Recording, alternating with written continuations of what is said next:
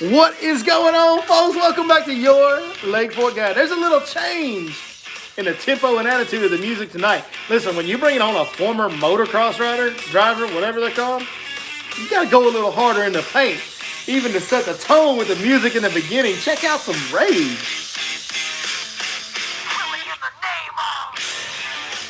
Yeah. Listen, folks, my musical taste. Wrong pipe there. Span far and wide, man. I can get down with just about anything. Tonight's going to be an awesome night. We got Fletcher Shryock from Major League Fishing Bass Pro Tour going to join us. We're going to talk to him about MLF tournament bass fishing, some of the new changes. One thing I love about Fletcher, probably my favorite thing about him, this dude, he will never hold back. There will be no punches pulled. He will tell you exactly what he's thinking, and I absolutely love that about him. Oh, yeah. What y'all think about the new music on the channel? That's a little different than our normal tone right there. So, thank you guys so much for joining us as always. Get that brown in your cup. Hold it up. Drink it down. Kobe Burleson's in the house. What's up? Billy Snow. I'll see some of you guys joining us, man. We're going to have a good time with Fletcher tonight. Got to get him dialed up on the telephones here. Say some hellos and how you doing to the early risers in the chat real quick before we get started. Fletcher, we got David Garner, Texas Air Gunner, John Denny, Melvin Perkins, Billy Snow, Kobe Burleson, Mark Williams. Got some more. We got folks just getting in. John Denny said he likes the new jams, man. That's old school stuff right there, dog. Old school stuff right there.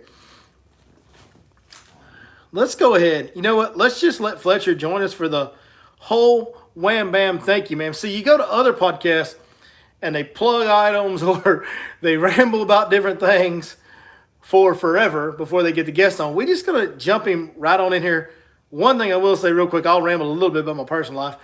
Just came in from a junior high football game. Big shout out to the Vandals junior high team, my son's 7th grade team. Their last game of the season was tonight, and they went out in style with a 30-0 win to close out the year. Man, I'm proud of my boy, and I'm proud of all his boys, and Coach Mitchell and all the coaching staff over there at Van Junior High. What a way to end the season, man. Appreciate that, and it was a really fun evening and way to end our football season. Let's dial up Mr. Shryock.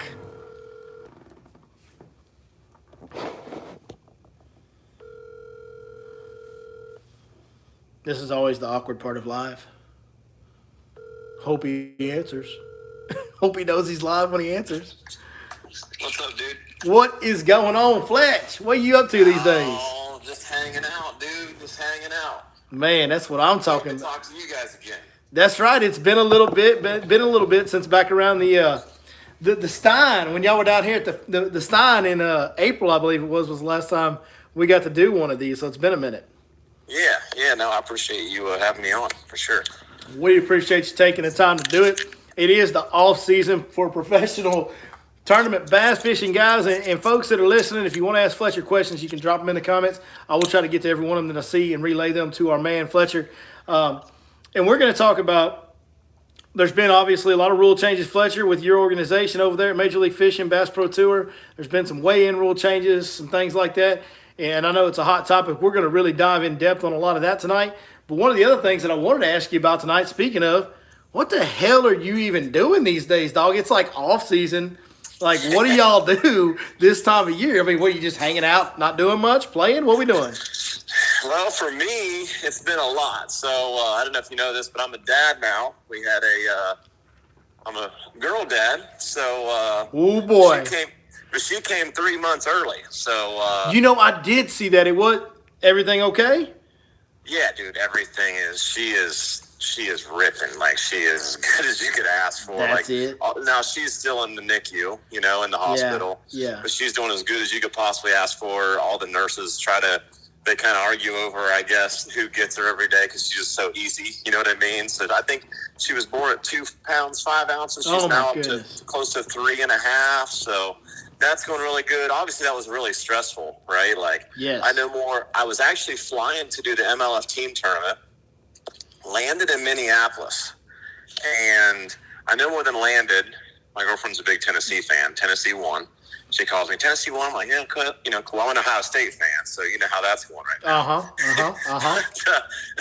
I'm slowly becoming a Vols fan. But anyway, she calls me back. She's like, water broke. And I'm like, how the hell does your water break whenever you're not due for another 3 months, right? Yeah. So anyway, jumped on a plane, come back, and that all happened. And then I don't know if anyone remembers at Red Crest, my dad ended up having a stroke and found out he had cancer and everything. And I'm not Red Crest, but at Heavy Hitters, right around the time we last spoke. Yeah. Anyway, he's been in the hospital. We've been battling that. So to answer your question, this has been the weirdest off season because it's the first time being a dad, and then obviously I'm dealing with all this stuff with my dad. So it's been a really weird off season filled with not a whole lot of fishing and a whole lot of family stuff. So yeah, it'll be good though. Get it all squared away and be ready for this next year for sure. So sounds like a lot more stress than it should be for the all season. Yeah, it's all good though, dude. At some point, I've been so fortunate for many years to spend. I mean, to answer your question, usually I spend a lot of time fishing, messing around with rod actions, lines, hooks, tweaking on my game. Like I know a lot of guys like to hunt. I like to hunt, mess around a little bit, and do other stuff. But right. The fall is one of my favorite times to fish, even though obviously it can be the toughest. It's like my favorite time to fish. And just because it's like no pressure and I can go out and just mess around and, I usually end up figuring out a few things in the fall that really help me throughout the next year. This year I'm not going to have that. That's okay. We got to handle the family stuff this year, and I'll be ready to go come February. There's no question. I know I'm hungrier now than I've probably been in years. So I have no doubt, man. But anyway, there's as little as I know you, I do know you a little bit. And if there's one thing I do know about you is that you're one hell of a competitor in anything that you do. So I know you'll be ready to go, man. We certainly your Lake Fork Guide Nation, man, our thoughts and prayers will be with you and your family during this time. We hate that you guys are going through some of that stuff. Glad to hear that your daughter's doing well. But we'll be thinking about you down here in the great state, as we call it, man, the great state of Texas. Thank you. I appreciate you guys. Yeah, it's just funny. I haven't been on social media much, and people's probably wondering, like, what's his deal? You know what I mean? You just had a lot going on. It's been a lot. But we'll be good for us. So, but anyway, a lot of changes with Major League Fishing. I mean, that's always, right? They just keep changing. Some people find it fun. Sometimes it is kind of funny. We all kind of laugh about it. But obviously, it's still new. Where we are, 4th year, and it sounds like it's been a long time, but in reality, it's not. So they're still trying to find their way through everything and figure out what's best for the fans, what's best for the anglers, and obviously, they decided that we were going to roll with a 5-fish format for next year. So they gave us a vote, and it was I don't want to say unanimous, but it was definite majority of the guys wanted to go back to catching 5. So, well, that's good, and it's good to hear that they're getting angler input. And that it is a constant state of change over there. It seems from the outside looking in, there's always every off season there's some announcements, major announcements, whatever, about this change or that change or the other. And some out there in the bass fishing world that have a stick up their butt that like to portray that as a bad thing. But, I don't understand that perspective because to me, if a tournament organization is constantly making changes, they are at least trying to produce a better product. Like, how are we going to fall? Like, why are we going to be mad and hold it against them for attempting to improve the product? Yeah, I mean, I agree. It is frustrating, though. I get why people would say that, and I think the biggest thing that people see is just the fact that it's weakness. I think that's the biggest misconception, if I had to say one thing about it. I don't per se see it as any weakness as it is just changing. And maybe they change too soon sometimes. Even as anglers, we don't like to see change, especially in the middle of the season. This is one thing. But to your point, like, they're changing to try to make a better product. I mean, they really are trying to make it better either for the fans, the anglers, and everyone involved, right?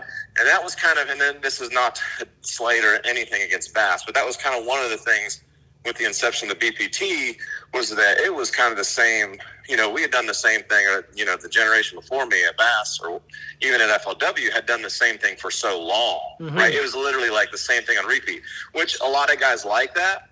But obviously you kind of know what you're going to get, right? So on the good side, you know what you're going to get. On the bad side, it's not going to be, it's kind of the same thing on repeat all the time. And I do applaud MLF for trying to change and think outside the box. But unfortunately, when you do that, comes constant adjustment too. You know what I mean? Correct. So it's kind of a give and take thing.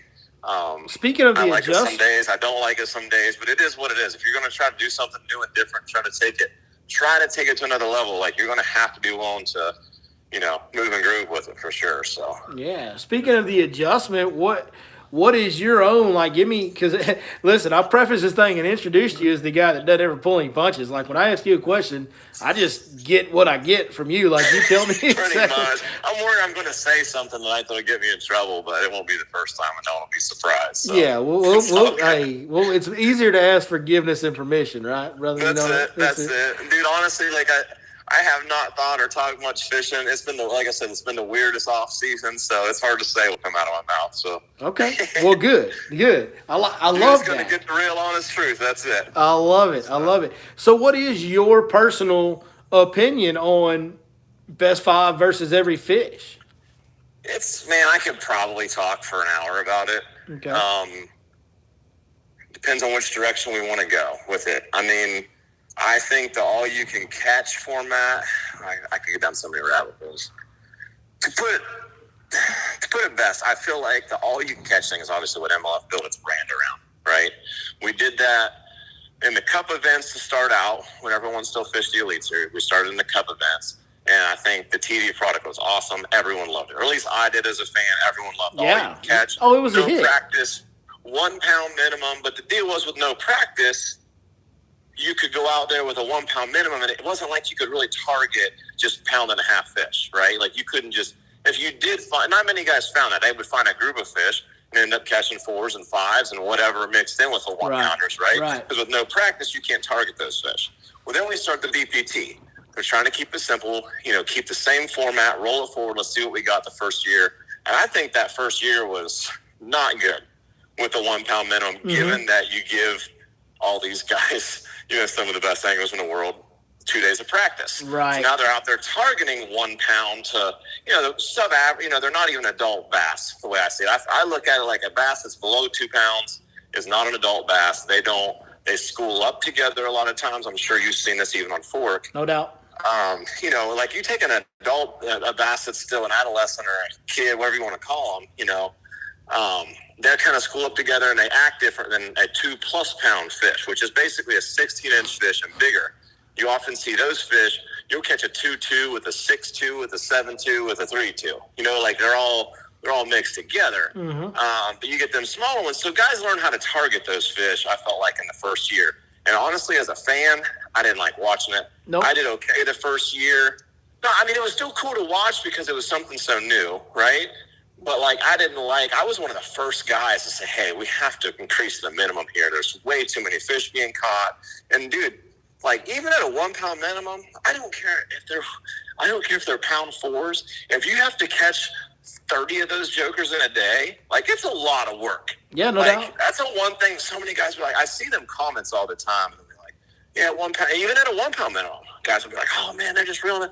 Like, dude, it is freaking hard to keep up with Edwin Evers reeling it when he gets us on his school. I'm just saying from a competitive standpoint. Absolutely. I'm not talking anything angry. It is hard to, like, you have to freaking hustle to do that. And I was like, this is too much. And I was one of the first ones, and some of the guys got mad at me. I said, we need to do like a 2 pound minimum.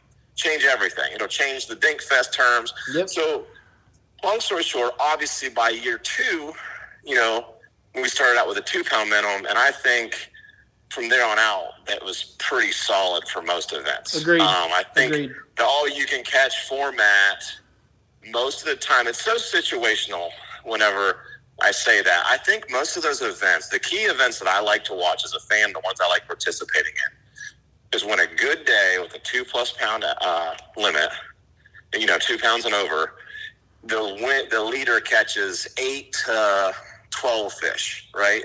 And say maybe 10th place is catching 4 to 6 bass, and on down the line, maybe the cut line, maybe he's catching whatever. Does that make sense? Like, there's not an overabundance amount of fish catches. Like, right. As a fan, it's just too much to keep up with. So then when you go north with a 2 pound minimum, you take that same format to different places, and the guys, you have to catch 20 3-pounders just to stay inside the top 10. Like, that's when I started to not like it. I felt like the format's best in certain situations whenever, there just wasn't a lot of bites to be had. So I guess it's really been hard to find a balance on which I like better. But I will say this. This is just my opinion. I fished both. I fished the elites for 6 or 7 years, and I fished the BPT for the 4 years of the all-you-can-catch format. There's no doubt, in my opinion, overall, the catch-all-you-can-catch format, especially against the group that, I've had to fish against, is a lot harder, in my opinion, sure, than just going out and catching 5. Sounds like, you just go out and catch a bunch of 2-pounders until you go out there and actually think about a 16-inch fish and all the other fish you have to catch with it to keep up with those guys. Dude, it was exhausting. And not only that, dude, but then they zero the weights. So after elimination, round 1, 2, Group A, Group B, they zero your weight. So if you caught 80 pounds of fish at the end of 2 days, now you're back to zero. Now you're in the knockout round sitting at zero. You've burned through how many bass just to get to the knockout round, which is not that big of a deal. Like, you're halfway through the field at this point from a points perspective. Okay, you scored 40 points now, half the points. And then you got to go out and do it again. Yep. And then if you make the top 10, guess what? It's zeroed again. Yep. Now you got to go catch 20 more 2-pounders to do good or whatever that is. Maybe it's 10, 12, however many it is. It's never 5 to do well, right? Like, right. You got to go out and catch so many, and by the end of the week, you're like, damn, like, this is ridiculous. I want, from a selfish perspective, I want to go out and get me 2 good bites in the morning. I catch me 1 good one at lunchtime. I got to get 2 more bites. Bop, bop. We get, that was my day. And then how about we carry the weights to the next day, and you carry them to the next day? Like, that's kind of what we was used to. Well, what's funny to me in this whole debate between the established tournament, weekend warrior crowd that's devout and runs bass boats and watches every tournament that's ever live streamed, like that group, right? Like, that group is the one that has cried the loudest that best 5 is better than every fish. I think that's the pretty general consensus, right? So that same group, if you have a 3-fish derby on a Tuesday night, or Bass Champs went to a 3-fish limit 7, 8 years ago, 5 years ago, something like that. Bass Champs went to a 3-fish limit for a year out of a fish conservation effort or something like that. Right. They all went berserk because now they were like, well, with the 3-fish limit, it's just random luck. Whoever catches the 1 biggest bass is going to win, blah, blah, blah, blah, blah. Well, you can't make the argument that 3 fish brings luck into play and then tell me that every fish is easier than 5, because overall, you're right. 3 fish, it does bring luck into play. 1 big bite makes a big difference. And 1 big bite makes a big difference in 5 fish too, a lot bigger difference than it makes if you're counting every bass. So there is more big fish luck involved the fewer fish limit you have. So 5 fish versus every fish, there's big fish luck. You know what I mean? Does that make sense? For sure. And I do want to say this too for everyone that's listening. I'm not trying to defend. I like it now because I don't have to defend every fish counts format. It's over. Right. We don't have it anymore. Right. I'm not here to try to tell you that this is the better way to go, because for the Bass Pro Tour and it doesn't exist to me, right? Like, it's in the past. Yep. So now I feel a lot more comfortable saying what I'm saying because I'm not trying to sell you on nothing. I'm just telling you what I did the last 4 years. It was good. Like, I made a lot of cuts, whatever. But dude, like, I would rather go out there and plunk around and get me 7, 8 bites in a day and catch a couple good ones. And you know what I mean? Like, that's kind of what a lot of us got back to. Like, I want to say this though too. It wasn't so much, and I'm not sitting here crying like it was like we was running a marathon or something. I'm saying we got to catch all these fish. But I'm just saying, like, we're out there busting our tails to catch all you can catch, whatever. But I felt like the audience wasn't understanding that. They weren't respecting that. I don't want to say respect. They just couldn't grasp the concept on what it was. And here's a perfect example. When I was at KU, I remember, I think Lucas was in the other group, and he had, like, I forget what it was, 100-pound day or whatever. Yeah. And I didn't think a whole lot about it because I never sat there and studied it. Whatever the case that was that day, I didn't sit there and study it. I was out there fishing the next day. My boat official was like, how about Lucas had a 28 or something stupid, like for New York fishing, it was something crazy. I said, how much did he have? He's like, yeah, his best fly was like 28 or 29 pounds. I could be wrong, but it was something high, right? Something that you don't hear from up, and I said smallmouth, right? And I'm like, no joke. So my point is, like, I didn't even know. I knew he caught 100-something pounds, but the dude had a freaking day. And I'm fishing in the tournament, and I didn't even know what his 5-fish limit was or how good his day actually was.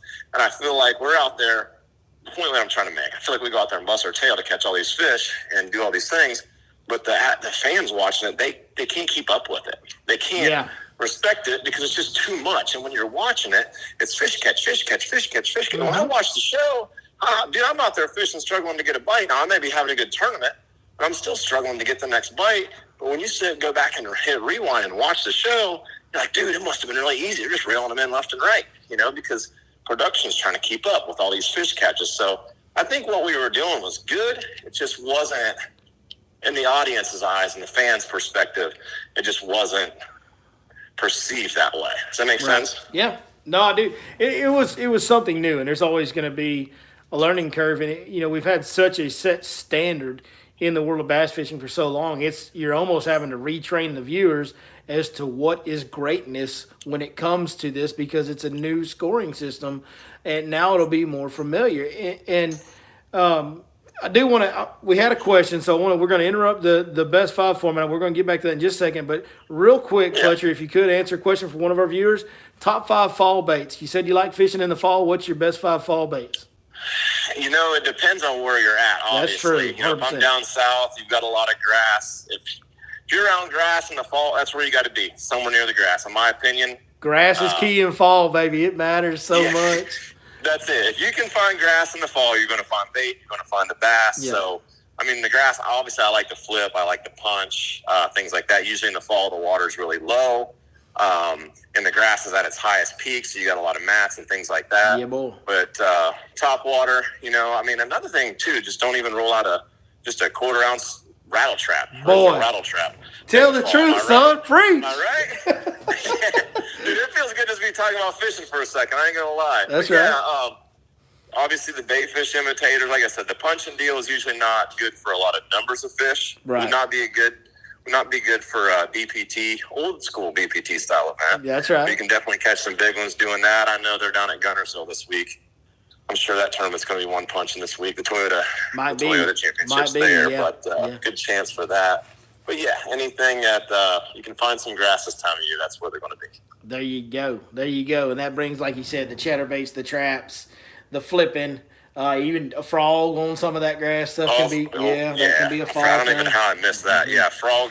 Yeah, whether you're on grass or not in the fall, for whatever reason, there you go. I just love that too. So there you go. Beautiful. Well, thank you for that. All right. Couple things, and here's some things, and I don't know if they're misconceptions or what, but I want to get your opinion on them.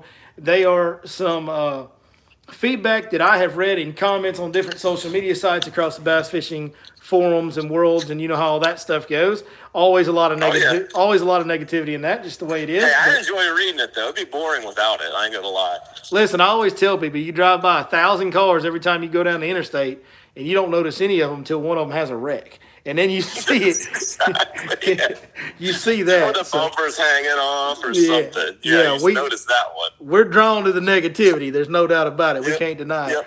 So, a couple things I heard. One is that this deal was a ploy to help the guys that aren't as efficient with live sonar. So, basically, what they're saying is, Jacob Wheeler, Dustin Connell, they've been winning too much. They're too good with live sonar. So we're going to change the format. That'll help our old guys with the big names compete a little easier, because this will make live sonar less effective by going to best 5. What's your thought on that?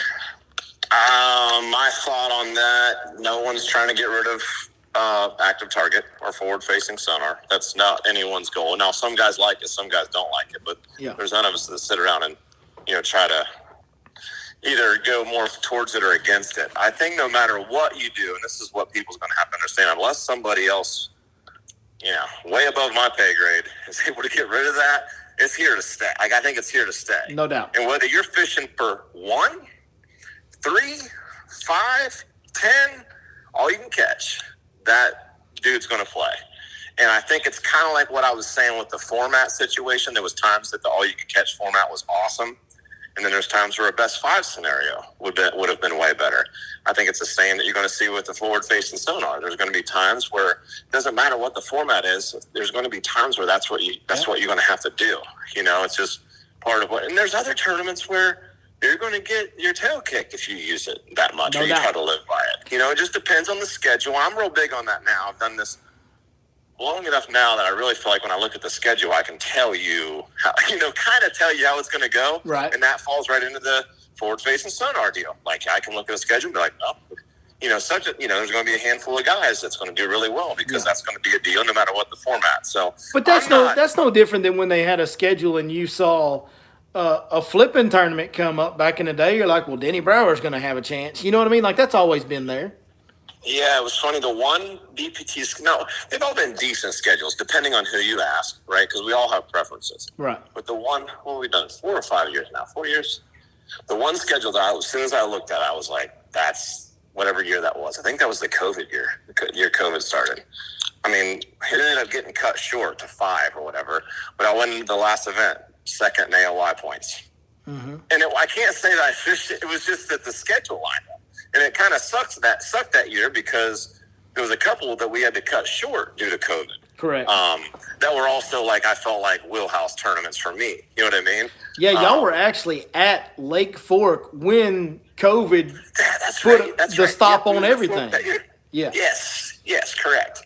So a lot of that, back to the forward-facing sonar deal, though, it just depends on the schedule a lot, too, So that deal's not going anywhere. People can hate it all they want, but it's definitely not going anywhere. And then the other thing that I read that was, a pretty common thing, and it's kind of along the same lines, but a little different, was that, that this format change was basically the good old boys club that kind of created Major League Fishing. This was a ploy. Stop you right there. I do want to make one more point on the forward-facing sonar. Okay. Deal that I do like. I'm not super forward. I use it. I think I'm decent at it. I'm proficient. I'm not Dustin Connell or Jacob Wheeler. I feel like that. Hold on just a second. You still there? Yeah, buddy. No, I feel like the forward-facing sonar deal has helped me as a shallow water guy. I mean, I can use it, but I don't go out and seek it, right? But whenever guys that do want to live by that deal, they get away from the shallow stuff and they go out there and start chasing the sonar fish, and it opens up more of the lake for everybody, right? As a shallow water guy, now I don't have 10 guys going down the bank or stretches where there used to be. Now there's only 3 because there's other 7 guys want to be staring at their screens the whole time, and I want to be staring at timber, grass, whatever you want, whatever that the place has to offer. So I like the forward-facing sonar from that perspective. Dude, the lakes have fished a lot bigger, in my opinion, the last 2 years since everyone has forward-facing sonar. So I wanted to make that point before we got off onto another subject there. So no, that's good. I mean, there's something else for guys to think about. Electronics like it helps. It's opened up helps everybody, really. Right, does. The forward-facing sonar has definitely opened up areas of the lake that we never touched before. That was one of the biggest things that it did, was suspended fish in no man's land. You can now kind of go see them and try to keep a bait in front of them. You got to be real good to do that in open water, but those guys that are real good are doing that, and it does open up more of the lake. You're 110%. But what if you're the guy that all you want to do is throw a big jig under a dock and get 7 bites a day? Yeah. And that guy that's out there chasing those fish offshore on his forward-facing sonar, he would normally, if you take his transducer away, he's going to be up there on the docks with you, 100%. Splitting the fish up. 100%. But now that he's got forward-facing sonar and he likes doing that deal, now he's out in the middle of the lake. Now you got the whole dock stretch. Yeah, you got your deal. So he can catch his, you can catch yours. Let's see who weighs more at the end of the day. Absolutely. Right? So Absolutely. I think that's something a lot of guys don't take into consideration. So absolutely. I wanted to make that point. Couldn't agree more, brother. All right, so the next thing was, and like I said, it's kind of along the same lines, but basically the topic of discussion was that the old guard, who, let's face it, a lot of them are the ones that created the Major League Fishing when it started and have been the ones that have advanced it to Bass Pro Tour and all that. Some of them haven't done very well since the split and everything, and that going back to this best 5 format was simply something to help them get a leg up on the younger anglers that were better at every fish, maybe better at fishing a faster pace. And this has just been done to help some of the older, more brand established name types that are on the tour.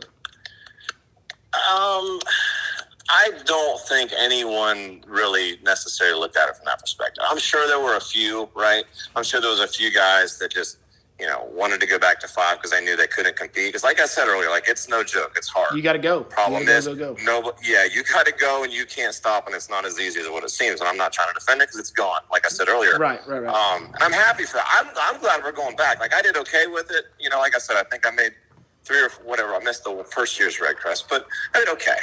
But I'm glad we're going back just because I want it to slow down. And not only, I guess my biggest thing is when I'm watching it from a viewer's perspective, I like seeing the game slow down a little bit and more emphasis put on a 4, 5, 6, whatever the lake may have. Give us some time to celebrate that big fish catch, yes. Right? Yeah. Yes, I don't want to see Dustin Connell at Mille Lacs hold up a 6'4". I'm just throwing it out there. I don't know what it was, but it was like 6'4", good one. And he's so in a hurry to get back in there to catch a 3-pounder that never even stopped to celebrate a 6.5-pound smallmouth. That's crazy. I have not caught many. I think my biggest smallmouth is a 6 1/4, and I live up north because we have a lot of 4 and 5 pounders, but when they start getting over 6, which they seem to be getting bigger and bigger by the year, but you get my point. Right, it's he special. Got a trophy fish of a lifetime, or a couple of them that day or that week each day, I think, but he has no time to celebrate that. It really, yes, it absolutely affects the score tracker. You have to have that fish in order for him to win.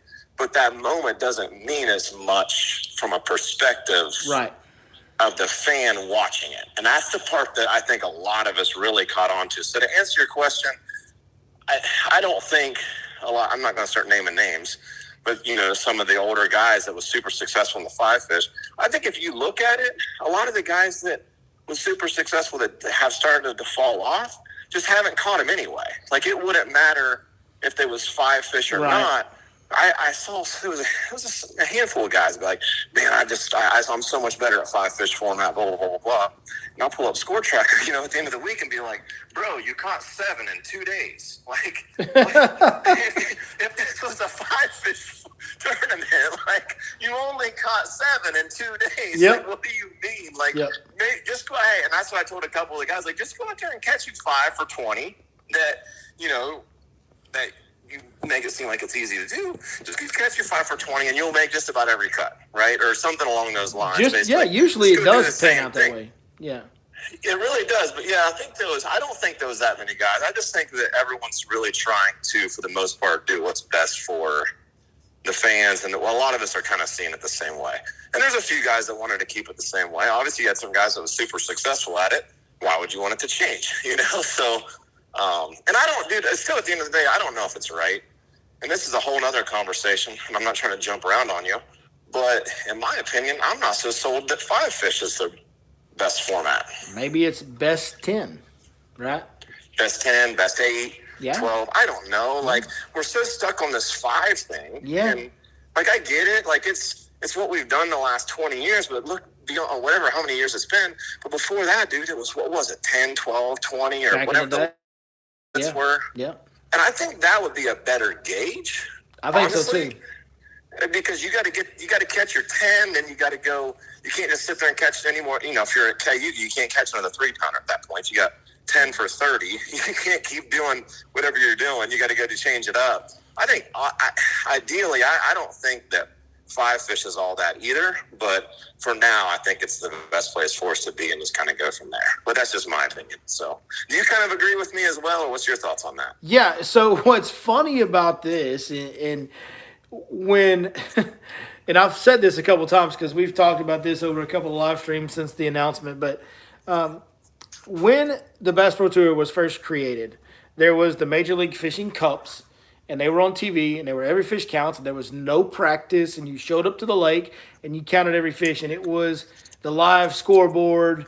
It was a beautiful television product that was awesome, and I do think it made some advancements in spectator growth and bringing new people to pay attention to fishing more like a regular sport and all those things that you guys claim. There's some legitimacy to all that, I believe. Yeah, I agree with that. Yeah, it's bigger now than it's ever been. Not to go ahead. Yeah, and so when they started the Bass Pro Tour, in my mind, probably just because growing up around traditional bass fishing, I just assumed that the Bass Pro Tour would have the live scoreboard and the weigh them in the boat aspect, but it would be a best five, like what you guys are about to do. I assume that's what it was gonna be in the beginning, and I was all jazzed up, and I would literally think I was doing a live stream when somebody corrected me and said, "No, it's gonna be every fish counts on the Bass Pro Tour as well." And I was like, "What's not gonna work? What? Like that's not gonna work. You can't give these guys practice and then count every fish. Like it's gonna be insane."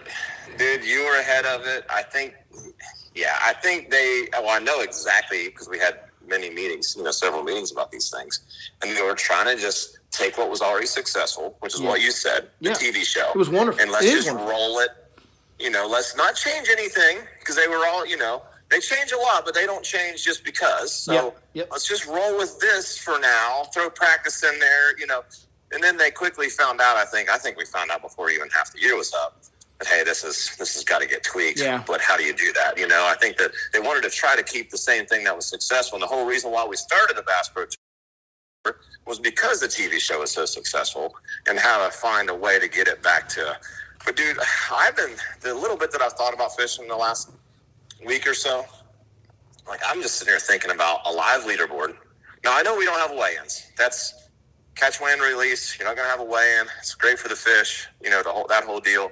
But it's still, we all are going to miss those weigh-ins no matter what. I think at some point the weigh-ins for everyone's going to go away with technology. I mean, look at what we're able to do now versus 10 years ago with everything, right? So I think at some point weigh-ins are going to go away. But right now we do kind of miss that aspect. But the catch, weigh, release with a live leaderboard and watching it all go down live, I can just picture like it being 30 minutes to go, 15 minutes to go. Okay, Fletcher, you got 5 for 14. You need to catch a 4-6 to take the lead. And like, dude, everyone inside the top 10 is going to be trying to catch whether it be someone at the top's got to catch a 3.2 or a 3.10 or you know what I mean? Like it's going to put so much emphasis on one bite or a bite for a couple guys that changes the whole day. And here's the deal, man. Here's the deal to me that's really cool. And I've heard some people say, well, they're going to take away some of those buzzer beater moments. No, no, you're not. It's going to be great. You're going to add to it. You're going to add to it because now everybody knows exactly what size fish they need to catch. At a Bassmaster event or a traditional Bass 5 event from FLW or whoever, they're just fishing thinking, I need to get probably to 22 pounds today to win. And they're just guessing and they're trying to get there. And then when they get there, they feel good, but they don't really know. They're not really sure. And you guys are fan, you're watching, you don't really know. But then you go to the weigh-in. That's why the weigh-in is so exciting because you get that moment to weigh in, but you don't get the angler on edge out there because he doesn't know whether he's winning or losing. Right? So now, I'm sorry to interrupt you, but I do agree with you. Absolutely. And so now check this out. So now you got a guy that's way down there in 7th or 8th place, say, right? And he needs to gain 6 or 7 pounds to take the lead. He knows he has to catch, let's just say, a 8 or 9 pounder to win. That guy now, for the last 45 minutes, bust out a giant swim bait. You know what I'm saying? Or does he changes the way he fishes because he's going for broke to win this event because he knows he needs a giant fish, an 8 or 9 pounder on Lake Fork. And so maybe he uses his live sonar and goes around looking for the biggest blob he can find, or he takes out a big swim bait. It's going to lead to more of those tense moments, I feel like, when these guys know exactly what size fish they need to catch. You're going to have guys swinging for the fences and doing it on big fish. And there's going to be times when they do it, and there's going to be more times now when they catch that fish, and it's not quite enough. And it's still going to be that exciting buzzer beater situation. The handful of guys that I've talked to about it, because obviously, like I said, I have just other things going on, but the handful of guys I've talked, I don't think anyone's really put a whole lot, or at least the guys that I've talked to, haven't put a whole lot of thought about what we're talking about right now. Right. And how sick it's going to be. Yeah. Because the one thing that MLF's always been about is all these numbers of fish. Like I said earlier, you get lost in all these numbers. You can't. You don't even know what's going on because it's just too much. It's going to go from that to the most intense final minute of the day, one bite made is going to make someone's whole week, year, whatever you want to call it. It's going to be a totally different dynamic that I think a lot of people haven't thought of yet. I'm not just saying that to hype it up. No, I didn't even really until I started thinking about it. I'm like, damn, this is going to be really good. I think, Yep. I really do. And then, like you said, there's going to be more of those moments because, we had a writers' conference at Boyd Duckett's house in June, whatever, doesn't matter, May, June, and he was talking about five fish. We was just discussing different things. He's talking about the pro circuit versus the BPT, all you can catch, and he said five fish is to him, to Boyd Duckett, is like restrictor plate racing in NASCAR. And I just sat there like, what does he mean? And I got to think. He's like, basically what you do is when you count five, you're basically capping the field at just five, just like you would in NASCAR with putting a restrictor plate in the car. Now everyone's car can only go whatever it is, 190 miles an hour, whatever the number is. And if you can find a way to get that joker to go 190, 192, you're going to win the race, or you're going to beat the most of the field or whatever. And that's kind of what five fish limit is. And the all-you-can-catch limit or all-you-can-catch deal is like no restrictor plate race. And Jacob Wheeler catches 122 pounds in the first two periods. Forget about it. His car goes 300 miles an hour, and yours goes 195. You know what I mean? Yeah. Like, you can't drive your car that fast. No. You get my point with the whole deal. So with that being said, restrictor plate racing, restrictor plate fishing, it brings everyone closer together. Just like that's why NASCAR did that, was to bring everyone together so you didn't have those runaways, right? Yeah. And I just thought that was pretty good point that he made that I think should resonate with some of the fans anyway. Somebody asked in here, and I know the answer to this, but somebody asked in here, so when is Fletcher going to try to get back in the elites? That's hilarious. Yeah. And I'm pretty sure that's not happening. You're happy where you're at, correct? I like where I'm at. Yeah. No, I do. I do. That's all we need to say about that. Man, this fishing game's so crazy, dude. Think about, I just know I've done it now for 12 years. Where it's went from 12 years to even 5 years ago, BPT wasn't even a thing, which would have took us to what? Yeah, think of what's taken place in the last 5 years and look at what we're sitting here talking about. Like, it's a never-evolving, changing thing. So I guess never say never, but and I don't mean that like I'm going anywhere. So I'm not trying to give anyone any clues or say anything. Fishing BPT in 2023, but never say never in this game, man. It's just never ending. That's true. That goes with everything. So that is very true. We don't know. I know it seems like in my life, it's like until the last 7 years, I've kind of been on the same path with the deal I'm doing now. But before that, it was like every 4 to 5 years, there was a change. There was a change in career field, direction of my life as a whole. And it's no different in bass fishing. It's always changing. Man, we didn't, there's a lot of perception of bad blood between the two trails, right? Like there's a lot. Here's what I want to ask you, and you can go as little or as much into this as you want to. And I understand if you can't really go into some of it, I get it. I'll go as far as I can, that. I understand that. And more than likely I don't. Yeah, go ahead. So I'm just going to answer. Is the animosity between the two trails, is that valid? Is that real?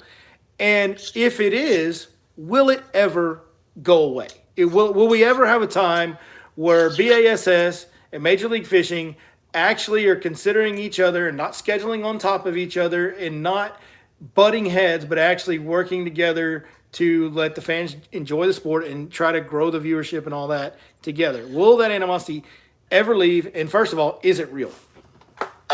Is the okay, I guess that's kind of two parts. Is the animosity real between the anglers and most of the people aside from the organizations? Anything? I don't think so. If so, it's very minimal. I think maybe in the beginning it was kind of, when I say the beginning, the split, there was some animosity there, right?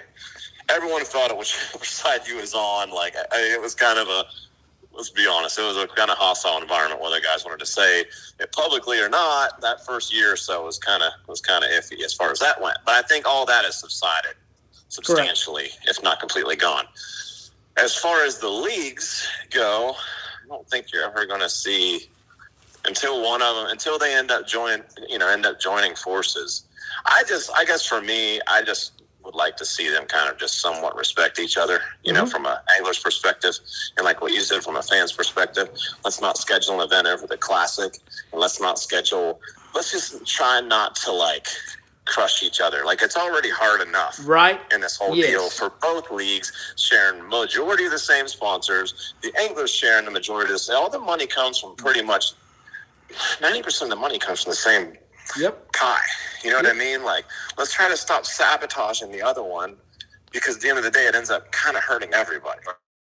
Us, right? That's always been my biggest concern, is like, it seems like these two organizations are so tied up going at each other that they're hurting each other. They're hurting themselves in a way, because if we don't have a Bass Pro Tour, because let's face it, FLW, Big Five, whatever's going to be called next, it's the rung below now compared to Bass Pro Tour and Elite Series. If we don't have any of those events scheduled on top of each other, that now allows every bass fishing fan of top-level bass fishing to watch every Major League Fishing event or Bass Pro Tour event and every Elite Series event. It doesn't split the fans. Anytime that those two are scheduled on top of each other, you are splitting fans and splitting dollars, right? You're both losing a little bit, you know? Yep. Or a lot of it, depending on the situation, depending on which event is what. Yep. You know, like, people can say, or, you know, like, I hate to say it, we was at Smith Lake last year when the Classic was going on. Well, I had some sponsors that would have liked me at the Classic. That would have benefited me potentially long term. Yes. Or maybe I could have met someone there. And then vice versa. Like, it goes both ways. So I'm not trying to rip MLF for that. And obviously, we do not have an event over the Classic this year. But it's just little things like that. And it goes both ways from both organizations. I think it's getting better. We don't have an event on top of the Classic this year. And there's some other things that Bass is doing that's good and MLF is doing that's good. So I think it's good. But yeah, I would definitely, for the anglers, the fans, everyone, it just makes sense to kind of keep it cool until, like I said, as far as those guys like being cool, I think it's going to take one of them to buy the other one. I got you. Before it ends up being super cool. But so the animosity is there. So it's just business. I mean, I don't even want to call it animosity. I think it's just business. You know, it's just competition, and that's good though, dude. Like, think about it too. If it was just one league that ran everything. Is that a good place to be?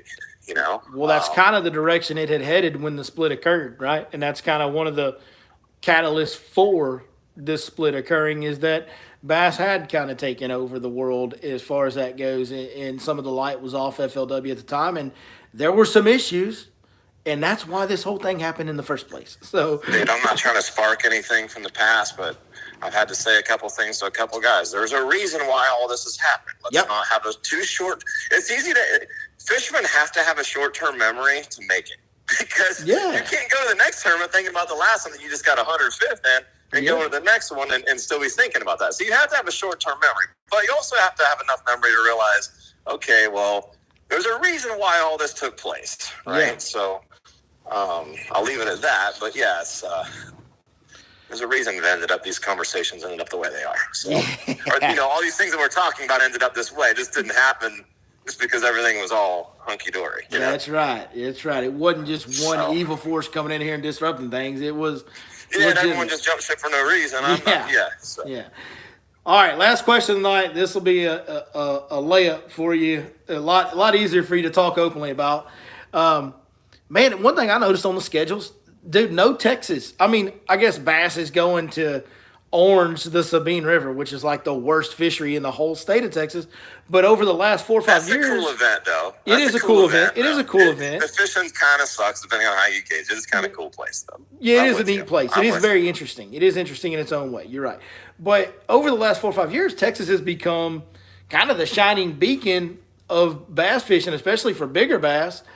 And now we got no top-level tour events in the state. What's up? Why do you think the schedule changed that way when they've been so heavily here, and now all of a sudden there's nothing?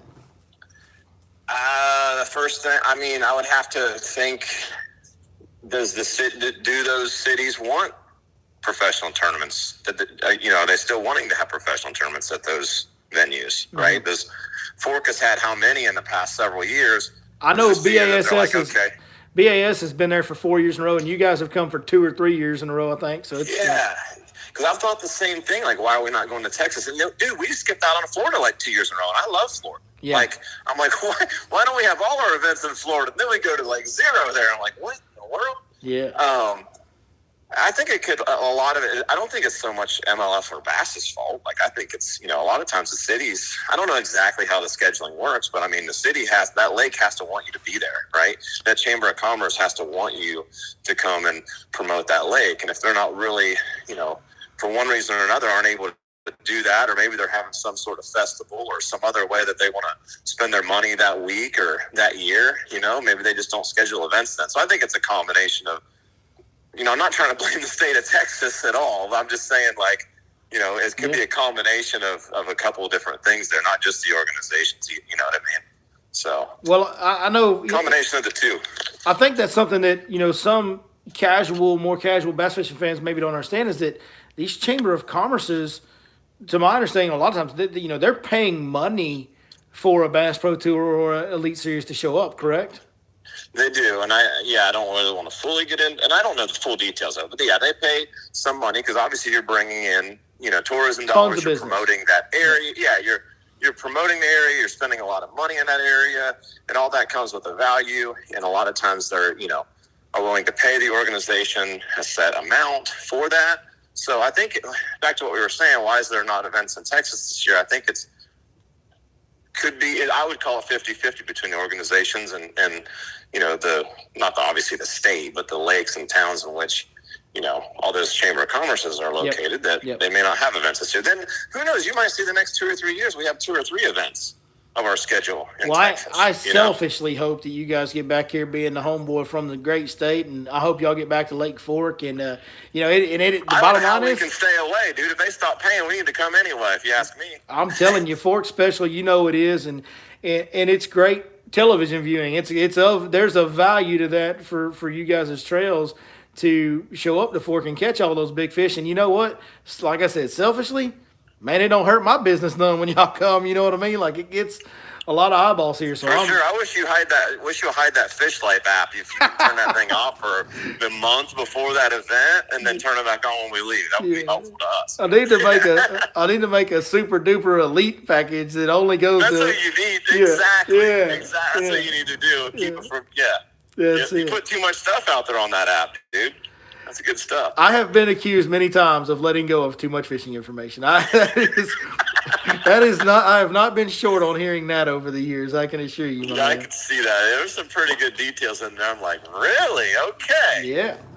This is the deal. I wish they had that in every state. I wish there was a Fish Life. That's what you should do. Just go around in every state and just show us where all the places are. And, here's the problem. It's a place to check anyway. It gives you an idea. Here's the problem with that. The information we put on there is so good because every lake that we have, there is a person that's on that body of water every week, just like I am on Fork, or at least a few times a month, And so they update it every month, and we have partners on all these lakes, and they send us the information to put on the app, and we send them half of the revenue for their packages, and that's our arrangement with our guys that work with us, and it's very difficult. We have tried out of state.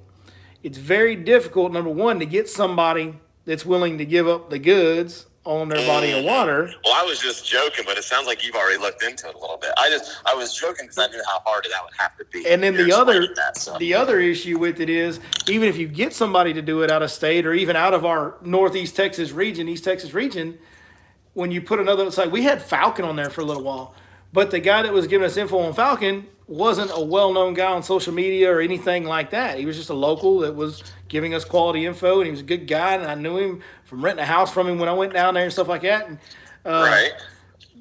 that package, as good of a lake as Falcon is, that package did absolutely horrible because people that are fishing Lake Falcon aren't watching Lake Fork videos. And so if I'm the one promoting it, it's not going to affect the Falcon subscription. So if you get a guy on Gunnersville and he's not promoting it, he doesn't have a social media platform to promote it, Lake Gunnersville anglers aren't going to be buying an app subscription from a Lake Fork guy. They're going to want to hear it that's perfect, though, for the guy that knows the sneaky information, though, It's terrible for the guy that's running the business. It's terrible for the guy that's trying to run the business. I'm with you. I just had to throw that out there.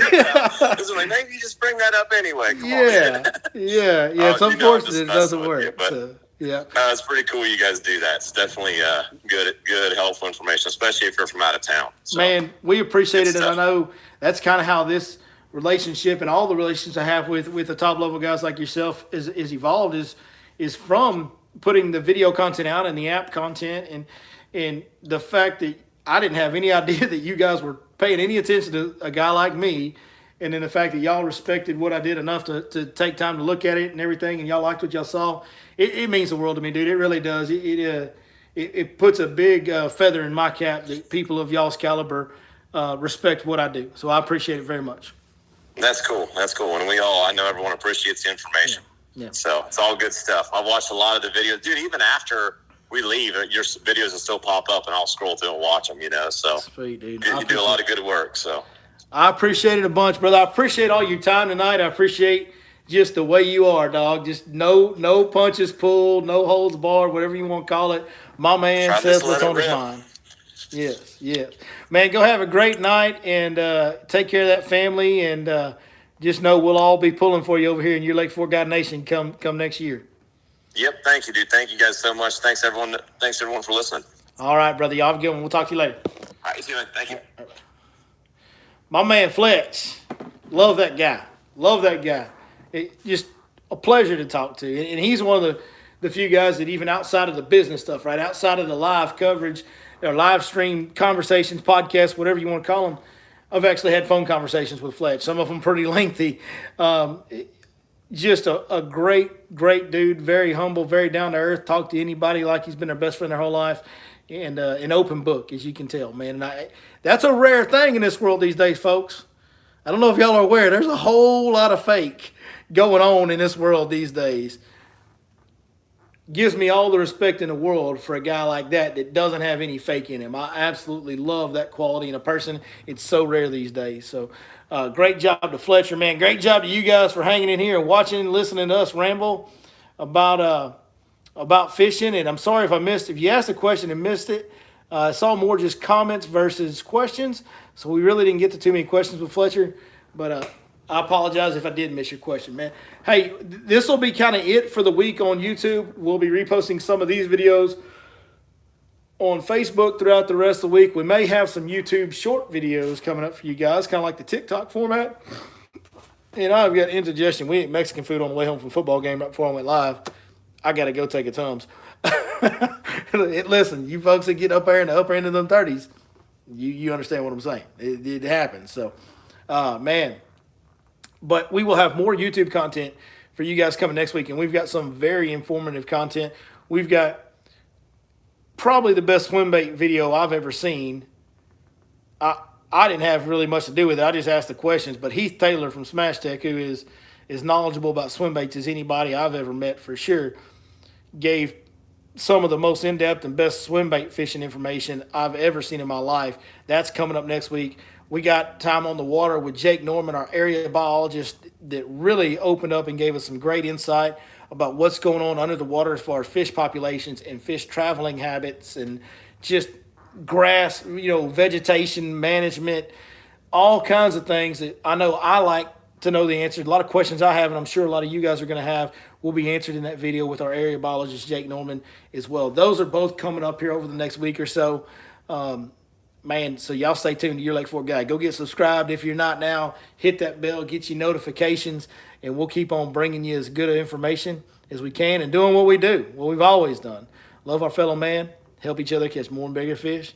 Other than that, man, thank you guys one last time. We'll see you next time right here on Your Lake Fork Guide.